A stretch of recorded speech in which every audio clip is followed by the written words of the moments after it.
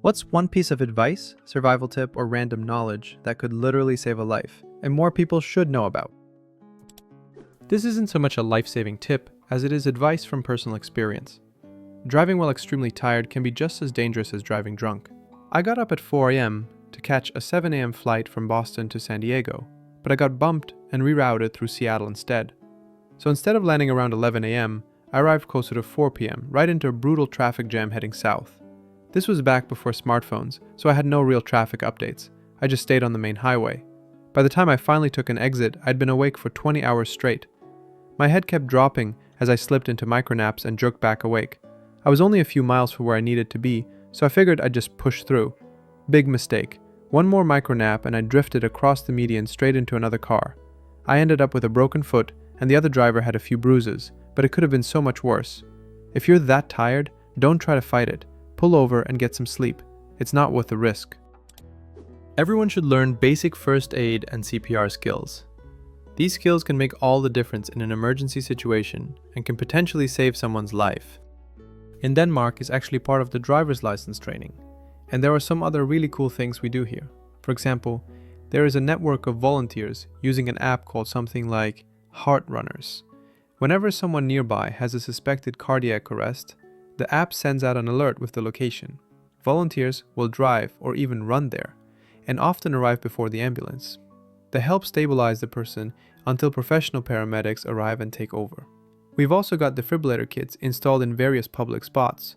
Even in my small town, we have 2 of them. With systems like this in place, I'd say we're doing pretty well. And these are just a few of the life-saving steps our government has put in place for us. If you ever need someone to call 911, make sure to point to a specific person in the crowd. Say something like, "You in the blue shirt, call 911. If you don't, chances are no one will, because everyone assumes someone else will do it. This situation you're talking about is called the bystander effect. In short, when there are many people present, each person assumes someone else will step in or help, so no one does anything. That's why it's important to give a clear instruction and point to a specific person to break this kind of hesitation. For bears, there is a rhyme. If it's black, fight back. If it's brown, lie down. If it's white, say goodnight. In the case of black bears, they are generally smaller. If one is attacking you, then you have a chance of survival by fighting back. You'll probably be in awful shape, but you'll live. In the case of a brown bear, it's best to show it that you are not a threat to it or its baby bears.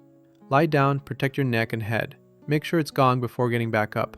In the case of polar bears, things are very different. If you notice a polar bear hunting you, then it's time to make peace with your gods. If you live in an area of extreme temps, keep stuff in your car in case you break down and can't get help immediately. For any temp, water and high-density foods such as protein bars. For cold, a sleeping bag or blanket. For heat, more water and something to make shade. If you ever smell something like fish in your house and there's no actual fish cooking, it could be a sign of an electrical fire starting. Some wiring insulation, when overheating or melting, gives off a weird fishy or burning plastic smell. It might be a faulty outlet, a damaged wire, or an appliance about to short out. Don't ignore it. Cut the power if you can and call an electrician. It could literally save your home or your life. If there's even the slightest chance you've been exposed to rabies, don't wait. Go get the vaccine. It only works before the symptoms show up. Rabies is a deadly virus that spreads through bites or scratches from infected animals, usually dogs, bats, raccoons, or foxes. And once symptoms start, it's pretty much a death sentence. You feel totally fine at first, but by the time you start feeling sick, it's already too late. I actually know someone this happened to. He was on vacation in Turkey where there are a ton of stray cats just walking around. He saw one, went over to pet it and play a little, and the cat bit him. Not hard, just a little nip. He didn't think much of it at the time. After all, it was just a cat and didn't seem dangerous. Well, about 4 months later, he started getting these intense headaches. And then came the hydrophobia. He couldn't even drink water. At that point, there was nothing doctors could do. He passed away about a month later. Most phone models have a special button combination to call emergency services in case you can't easily unlock your phone. On iPhone, press and hold the side button and one of the volume buttons until the SOS slider appears. Slide it to call the emergency services. On version 12 Android and later, click the power button 5 times in a row. This will start a short countdown to allow you to cancel it in case you accidentally use this. After the countdown, emergency services will be automatically called. If you are alone and start choking, don't panic. There's actually a way to Heimlich yourself. First, make a fist with one hand and place it just above your belly button. Then grab that fist with your other hand and sharply thrust inward and upward, like you're trying to force the air out of your lungs. But if that doesn't work fast enough, here's what you can do. Find a sturdy object, like the back of a chair, the edge of a table, or even a kitchen counter. Position your upper abdomen just above your navel against the edge and throw your body forward onto it with force. You're basically trying to replicate the Heimlich maneuver by using your own body weight to push the air out and dislodge whatever's stuck. It may sound dramatic, but it can absolutely save your life when there's no one around to help. Electricity makes your muscles contract, so when people are being electrocuted, they will grab to the metal they are holding really strongly. If you try touching them, you might grab onto them in the same way and die alongside. Push or pull them with non-conductive things like wood or cloth, kick them if needed. Take your pants off and wrap it on their neck to pull them. Do whatever you have to, but don't touch them. If you ever get held at gunpoint and told to get into a vehicle, fight with everything you've got to avoid it. Run in a zigzag, punch, kick, do whatever you can, even if it means risking your life. Because 99% of the time, people who get in the car never come back, especially if they're being moved from a public to a private location. I read a statistical breakdown of what happened when people fled from a possible kidnapper with a gun. I can't remember exactly, but I think it said only 50% of the time will the attacker shoot, and if they do shoot, there's only a 25% chance they will hit you, and if they do hit you, there's only a 10% chance it will be a fatal wound. So in the end, there's less than a 1% chance that if you run, you will die. Whereas going with the attacker almost always results in death. If you're outside in a lightning storm and your hair starts floating, seek immediate shelter. You're about to be struck by lightning.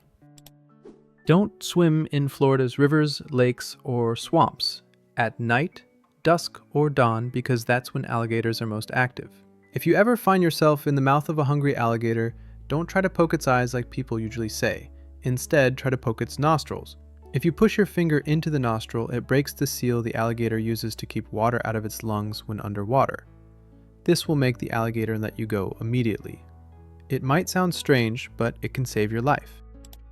If someone gets stabbed, do not remove the knife if you can avoid it.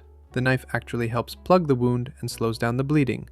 Instead, apply pressure around the knife, not directly on it, to control the bleeding as best as you can.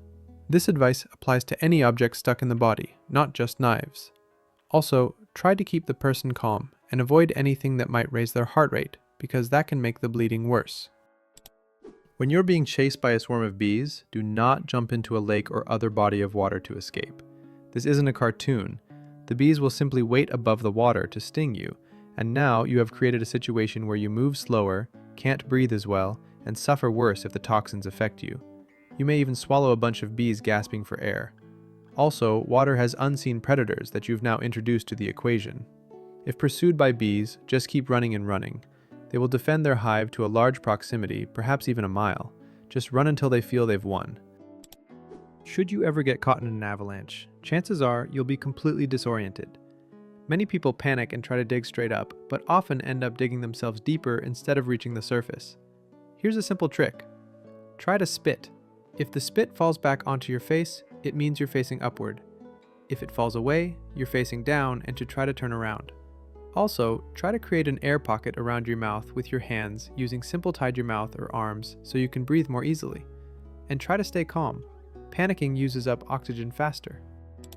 If you need to call the police but don't want anyone around you to know, like in cases of domestic abuse or if there's an intruder you don't want to alert, you can call 911 and pretend to order a pizza. When they ask if you know this is 911, say yes. Then give your address and ask how soon they can deliver a pizza. Dispatchers are trained to recognize coded calls like this. They might ask questions like, if there's an intruder, say you want black olives, or other secret codes to figure out if you need help. There is a rhyme for snakes you should remember. Yellow and black, friend of Jack. Red and yellow will kill a fellow. Australian here, bad advice in some places. Tiger snakes, which are yellow and black, are aggressive, venomous, and will kill the fellow and his buddy Jack if they're not careful. If someone is pointing a gun or knife at you and asks for your wallet, give them what they're asking. Odds are the person wasn't planning to hurt you anyway. But don't bet on your attacker's goodwill. There's nothing in your wallet that can't be replaced. Edit. If your attacker is a kangaroo, get behind it. Kangaroos can't jump backwards. If you know a useful tip that everyone should know, drop it in the comments below. We'd love to hear it. See you in the next video.